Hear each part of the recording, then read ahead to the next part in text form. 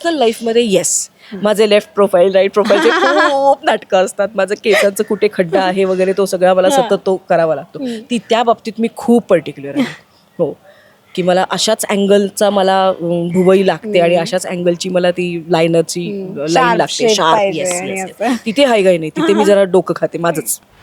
नमस्कार, मी मधुरा शिदे आणि कलाकृती मिळणार तुम्हा सगळ्यांचं मनापासून स्वागत आहे. आज मी आली आहे सन मराठी वर्षात तू अनोळखी तरी सोबती मालिकेच्या सेटवरती आणि माझ्याबरोबर आहे तुमच्या सगळ्यांची आणि माझी थोडीशी जास्त लाडकी हेमांगी ताई.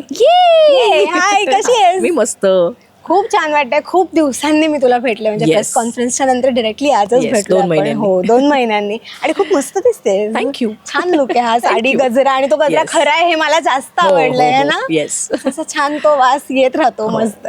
कसं चाललंय शूट? कसा सुरू झाला आजचा दिवस? खूप छान. आजचा दिवस खूप छान सुरू झाला. एकतर स्टोरी खूप छान पद्धतीने पुढे सरकते आणि करायला खूप प्रत्येक दिवस हा चॅलेंजिंग आहे आणि म्हणूनच तो कम्फर्टेबल नाही आणि प्रत्येक ॲक्टरला कम्फर्टेबल होणं थोडंसं नकोसं असतं. रोज काही ना काहीतरी पाहिजे आणि आज तर भांडणाचा सीन होता आणि मी मुळात मला भांडता येत नाही. कारण म्हणजे मी शाब्दिक काही ते आपलं जे एक चालू असतं बँटर ते करू शकते, पण मला असं जर सांगितलं मी आधी मला खूप रडायला येतं. पण ऑफकोर्स हे खोटं करतोय आपल्याला माहीत असतं म्हणून तो होतं. पण मी खूप थरथर अशी आतमध्ये अशी खूप मला भांडताच येत नाही मुळात, माझा आवाज चढत नाही. मग हे सगळं तुम्हाला खोटं वाटेल की काय आहे आम्ही आत्ता बघितलं तुझं वगैरे, पण ते रिव्हर्स करून किंवा आपल्याला माहिती आहे हे सगळं खोटं आहे. पण जर कोणी माझ्याशी भांडायला आलं तर मी बॅकफुटला जाते. त्यामुळे आज तो सीन होता. सकाळीच सांगितलं होतं की असं भांडणाचं सीन आहे. म्हटलं वाव, जे आपण नसतो ते इकडे करायला मिळतं. सो येस, मजा आली. क्या बात आहे. पण तू आता जे म्हणालीस ना की तेच खरं तर ना तू खूप रोखठोक आहेस हे आम्हाला माहिती आहे, पण आता तू हे जे सांगितलं ना हे आम्हाला नव्याने कळतं. ती जी तुझी हळवी बाजू आहे ना, नाही मी रोखठोक आहे. तुम्ही माझ्याशी नीट बोला, मी तुमच्याशी नीटच बोलेन. मग आपण डिबेट करू, आर्ग्यू करू, पण ए जाग वगैरे मुद्दे सोडून मला भांडता येत नाही. की मग उगाच काहीतरी काढायचं आणि तू कोण मला काय समजते वगैरे असं, ते रागाच्या भरात नाही. मला राग आला की मी शटडाऊन होते आणि इथे मला ट्रिगर व्हायचं होतं. ती जे बोलेल त्याच्या वरताड, ती बोलेल वरताड, आर्ग्यू करा, डिबेट करा, मी सगळं करायला तयार आहे. भांडण करू नका माझ्याशी.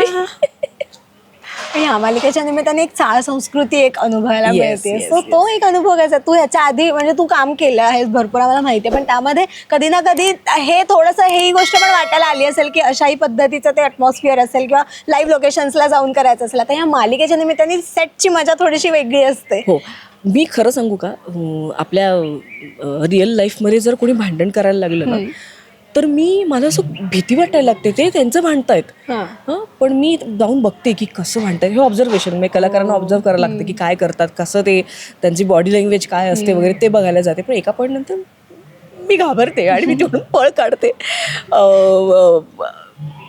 काय प्रश्न होता? सॉरी. चाळ संस्कृती सेटवरती आता सगळं उभारलंय. सो मी चाळीतली भांडणं पाहिलीत खूप वेळा, पण आता तेच मला माझ्या कॅरेक्टरमध्ये करायचं आहे. सो एकतर ना या चाळीचा सेटचा ना एक फील खूप छान आहे. ती ॲक्च्युअल चाळ वाटते. एक सतत काहीतरी रहदारी असते, सतत वर्दळ असते माणसांची. ब्लॉक संस्कृतीमध्ये कोणीतरी काय चाललंय, आवाज जरा जरी चढला तर काय तुमचं असं कोणी करत नाही. इकडे सतत भांडं जरी पडलं तर 4 लोक काय झालं तर ते इतकं अंगावर येतं ना की अरे तुम्हाला भांडं पडलंय, तुमचं काय आहे, तुम्ही जा तुमच्या कामाला. तर हे ना इनपुट्स लोकांकडून येतात ना, तेव्हा मज्जा येते शूटिंग करायला. आणि हे लाईफ पाहिलंय मी, कधी जगले नाहीये, पण ते जगताना खूप मजा येते मला. त्या निमित्ताने आता ते तुला अनुभवायला मिळते. येस. आणि कंजूस आहे बाई, सतत पैसा करते आणि हे सगळं इतकं विरुद्ध आहे. मटेरियलिस्टिक लाईफ मला बिलकुल आवडत नाही आणि ती प्रचंड प्रॅक्टिकल, पैसा खाणारी, प्रत्येक गोष्टीत ती अपॉर्च्युनिटी आणि प्रत्येक गोष्टीमध्ये ती मुलांमध्ये पैसा बघते. स्वतःच्या पोटच्या गोळ्यामध्ये ती, तू किती कमवून देतो, तू कसा कमवून देतो, कोण किती घालवतंय, अशी आहे ती बाई. पण ह्या सगळ्यामध्ये हे कॅरेक्टर पण ते असं बघायला जसं राग लोकांना आवडतं, पण त्यात पण एक मज्जा आहे मजा करताना. अरे मजा म्हणजे हे कॅरेक्टर इतकं फन आहे ना, मला फन एकतर आपण तसं नसतो आणि ते करायला लागतंय. येस.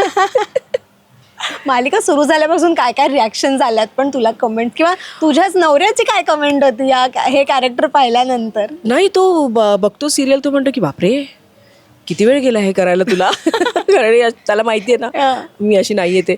पण रिॲक्शन खूप छान आहेत कारण माझ्या लिफ्टमध्ये येता जाता तुमची सिरियल बघतो तुमची सिरियल बघतो काय मस्त बोलता हो किती किती काय त्रास देता हो मुलाला वगैरे असं करतात त्या. आणि छान मी चाळकऱ्यांबरोबर पण मी खूप वेळा भांडले. सो बापरे बाई भांडता तुम्ही. सो आता असं झालं का की मालिका सुरू झाल्यानंतर असं कोणी भेटले तर जरा धाकच वाटतं तुला असं? ऑलरेडी मुळात मी काय माहित नाही लोकांना अप्रोच होत नाहीत असं थोडंसं मला धाक तुला आहे. हा प्रश्न खरंच विचारायचा होता की असं का होत असेल की लोक तुला घाबरतात हे तुला काय वाटतं? आपल्या ना एखाद्याबद्दल एक स्वतःहून एक इमेज तयार झालेली असते. त्या माणसाशी काही इंटरॅक्शन झालेलं नसतं पण एक जेवढं ऐकतो बघतो जाणवतं त्या माणसाविषयी असं वाटतं की बापरे अप्रोच हाय केलं तरी चालेल का ह्या बाईला इतकं. तरी मी असं माझा चेहरा असा कधीच नसतो माझा नेहमी स्माइली फेस असतो. तरी पण ते म्हणतात की एक थोडीशी भीती वाटते का बोलेल नाही बोलेल काय असं होईल नाही हो असं का करेन मी.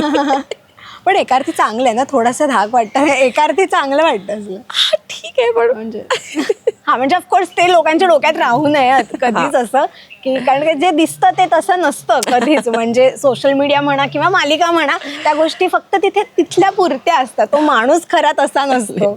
हे मला वाटतं म्हणजे मला ते होतं की ओळख नसताना ओव्हर फ्रेंडली जे होतात ना त्यांना माझ्या नजरेतून कळतं की अरे बापरे हिला नाही आवडलं. ते माझ्या फेस सबटायटल सतत चालू असतात माझे. आता मस्त मालिका चालली आहे. सो आता हे रुटीन आता एक झाली आहे आता सेट त्याच्यामध्ये छान सगळी की आता अशी जरा थोडी अजून धावपळ असं नाही जरा नाही अजून- आम्ही म्हणजे वेळ लागेल तुला कुठल्याच मालिकेत झालं नसेल. टेलिकास्ट झालं होतं का टेलिकास्ट होऊन आय थिंक 20 दिवस झाले होते आणि आम्ही अख्खं युनिट पिकनिकला गेलो होतो. पिकनिकला गेलात. सो हे पहिल्यांदा घडलं असेल की इतक्या कमी दिवसांमध्ये इतक्या पटकन सगळे जेल झाले आणि असं वाटलं की रोज भेटतो आम्ही सेटवर तरी सुद्धा कुठेतरी वेगळीकडे जाऊन मज्जा करावी असं वाटलं. सो येस खूप मज्जा येते आणि सगळे एकतर कमाल आहेत मॅड आहेत आणि मॅड सगळेजण. आहेत आणि सगळे एका मी ह्याला पण म्हटलं होतं प्रेस कॉन्फरन्सला की सगळे एका पेजवर असले ना म्हणजे राईट फ्रॉम डिरेक्टर मग ते असं होत नाही की अरे यार सेटवर जायची मजा येते. रुटीन सुरू झालं मग आज आम्ही काहीतरी चिकनच मागवलं होतं म्हणजे आता सुरू म्हणजे जणू काय आमच्या सिरियलला 4-5 वर्ष झाली आहेत असा एक कॉम्प्लेक्स देतोय आम्ही बाकीच्या सिरियल्सला. एक भेळ प्रकरण झालं भेळ बनवली आम्ही परवा एक भेळ प्रकरण झालं. आता आमचं एक सुरू होतंय पाणीपुरीवाला. एक प्लॅन जाता रेडी आहेत सगळे. अरे ताई तू आतापर्यंत अनेक वेगवेगळ्या भूमिकांमधून आमच्या समोर आलेस पण कलाकार म्हणून तुला स्वतःची सगळ्यात जास्त आवडलेली भूमिका कोणती ही सोडून सांगा आता मालिका तुला खोटं वाटेल मला सगळ्याच भूमिका आवडतात कारण तुला सांगू का 15 सेकंडचं रील सुद्धा मी इतक्या मनापासून करते ना आणि ते सुद्धा मला आवडते करायला. ठीक आहे यार जाऊ दे यार असं नाही होत माझं. साधं 15 सेकंडचं रील ते सुद्धा मला सगळी कॅरेक्टर्स प्रत्येक वेळेस नवीन कॅरेक्टर काहीतरी करायला मिळतं नवीन विचार करायला मिळतो. सो असं नाही होणार की एक फेवरेट एक फेवरेट नाहीच नाही. आईला सगळी मुलं सारखी असतात तसं सगळीच कॅरेक्टर तुला सगळी सेम आहे. कशामध्ये काहीतरी इज असतं कशामध्ये खूप मेहनत घ्यावी लागते. कदाचित असं होतं की अरे ही तर मीच आहे ही मंगीच आहे. कधी कधी नाही यार मी कम्प्लीट असं आहे यार मी कम्प्लीट ऑपोजिट आहे याच्या आणि मला करावं लागतं मला थोडेसे एफर्ट्स घ्यावे लागतात. त्यामुळे नाटक असो फिल्म असो मी म्हटलं ना 15 सेकंडचं रील असो सगळं एका पेजवरती आहे येस त्याच्यासाठी. Yes yes. आणि त्या मालिकेच्या निमित्ताने तुला पण तुझ्यामधली वेगळी हेमांगी किंवा वेगळा तो कलाकार एक असतो ना तो ह्या कॅरेक्टरच्या निमित्ताने तुला पण अनुभवायला मिळत असतो. हो हो आपण एक कुठलंही कॅरेक्टर केलं ना ते आपण अननोन जागेंना टॅप करतो. मला असं वाटतं की अरे हां इथे जर मी असते तर काय केलं असतं बापरे नाही बाबा बरं झालं बघ ना हे मला माहीत नव्हतं जोपर्यंत हे कॅरेक्टर मी केलं नसतं तर मला वाटलंच नसतं. मला वाटलं की ओके अशा पद्धतीने मी काम करते किंवा अशा पद्धतीची मी आहे ॲज अ पर्सन. पण हे कॅरेक्टर्स केल्यामुळे असं वाटतं अरे किती वेगवेगळ्या आपल्याला गोष्टींना आपण टॅप करत राहतो. बरोबर. एकतर काही चांगलं मिळतं हाताला कधी कधी असं ते काय ते प्रत्येक कलाकाराची ना 2 बाजू असतात. त्यातली एक बाजू त्यांना माहिती असते की आपण काय केल्यावरती छान दिसणार आहोत किंवा आपल्याला ह्या गोष्टी समोर आल्यानंतर छान. पण ना एक जो एक अशी गोष्ट असते की ना कुठेतरी एक असं असतं की अच्छा हे कसं दिसतं, म्हणजे साध्यातली साधी गोष्ट असू दे, ती एक प्रोफाईल सुद्धा असू दे की आपलं असतं ना बरेच की right profile, left profile. So अशा तुझ्या काय अशा त्या गोष्टी आहेत की जे तुला असं वाटतं की ते फक्त तुला माहिती आहे, पण तुला त्याचं कुठेतरी अशी काय म्हणतात एक अशी इन्सिक्युरिटी नाही म्हणू शकत, पण असं की ओके हे यायला पाहिजे समोर, पण हे मला असं वाटतंय की हे मला नाही आवडत पण हे कदाचित लोकांना आवडू शकतं. ओके, कॅरेक्टरमध्ये मी हा कधीच विचार करत नाही. म्हणजे अगदी एक्सटर्नल पासून इंटरनल पर्यंत की मी या गोष्टीमध्ये कम्फर्टेबल नाही आहे वगैरे. जे लिहिलंय, जे डिरेक्टरला हवंय, राईट प्रोफाईल नाही, लेफ्ट. मी जर खूप खाली कॅमेरा लावला असेल तर माझी डबल चिन दिसते का वगैरे, मी नाही. कॅरेक्टरला जे दिसतंय ना, नाही कॅरेक्टरला ना डबल चिन नको आहे, तर मी त्याच्यावर मेहनत घेते. मग तिकडे एक्सक्यूज मी देणार नाही की ठीक आहे ना यार चल, नाही, कॅरेक्टरला नको आहे ना. आता मी आईचा रोल आहे, हे माझं दिसतंय ठीक आहे, काही प्रॉब्लेम नाही आहे. माझे रिंकल्स दिसतात, नो प्रॉब्लेम, काही प्रॉब्लेम नाही आहे. पण जिथे असं वाटतं की नाही चकाचक दिसलं पाहिजे, तिथे मेहनत घेते मी आणि मग ते दाखवते की बाबा हे अप्रुव्हल घेते की आहे की नाही. पण पर्सनल लाईफमध्ये येस, माझे लेफ्ट प्रोफाईल, राईट प्रोफाईलचे खूप नाटकं असतात. माझं केसांचं कुठे खड्डा आहे वगैरे तो सगळा मला सतत तो करावा लागतो. त्या बाबतीत मी खूप पर्टिक्युलर आहे. हो, की मला अशाच अँगलचा मला भुवई लागते आणि अशाच अँगलची मला ती लाईनरची लाईन लागते, शार्प. येस, तिथे हाय गाय नाही, तिथे मी जरा डोकं खाते माझंच.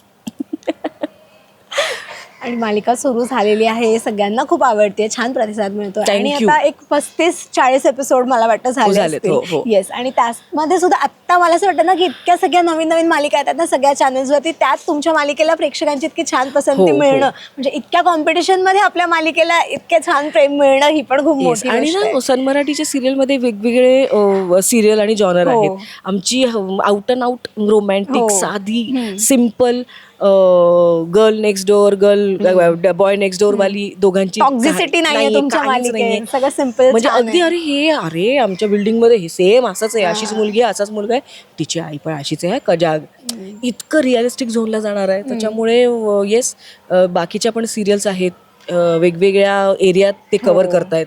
एक लग्न झालेली बाई म्हणजे संसार मी रेखिते, तिचं लग्न झालंय किंवा काय, तर ते सुद्धा छान आहे. ह्याच्यामध्ये लव्ह स्टोरी आहे, स्क्वेअर आहे तुमच्या इथे. येस. येस, सो मला वाटतं आता मी थोडा दिवसांनी पुन्हा येईन सेटवरती, त्याच्यामुळे तुमच्याकडे अजून खूप सांगायला असेल, खूप गोष्टी. मग आम्ही अजून किती पिकनिक केल्या, काय केलं, किती डिशेस बनवल्या अजून हे पण असेल.